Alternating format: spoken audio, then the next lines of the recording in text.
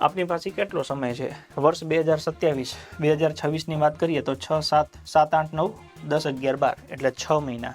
વર્ષ 2027માં 1 2 3 4 5 6 મોટા ભાગે છઠ્ઠા મહિના સુધીનું આયોજન આપેલું છે, કેમ કે ત્યાં સુધીમાં પરીક્ષાઓ લેવાઈ જાય.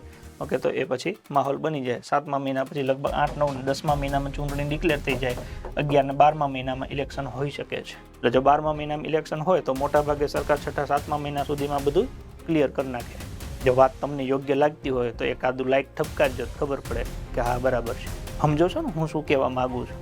આ નરી આંખે દેખાતું ચિત્ર છે. તો 7માથી 7મા મહિના સુધીની ગણતરી મારીએ તમારી પાસે એક્ઝેક્ટ 1 વર્ષનો સમય છે. 1 વર્ષમાં અઢળક પરીક્ષાઓ આવશે. લગભગ કોઈ રવિવાર ખાલી નહીં જાય એવું સમજો. રમાઈને એમાંય 2027માં જે આજે મહિના છે 1 થી 5 એ તો તમને આમ હુવા નહીં દે. આમાં ચોમાસું છે એટલે 7મો 8મો 9મો મહિનો તકલીફ પડશે, પછી 10મા મહિનાથી ચાલુ થઈ જશે. એટલે 10 11 12 1 2 3 4 5 રમાઈને પરીક્ષાઓ આવવાની છે.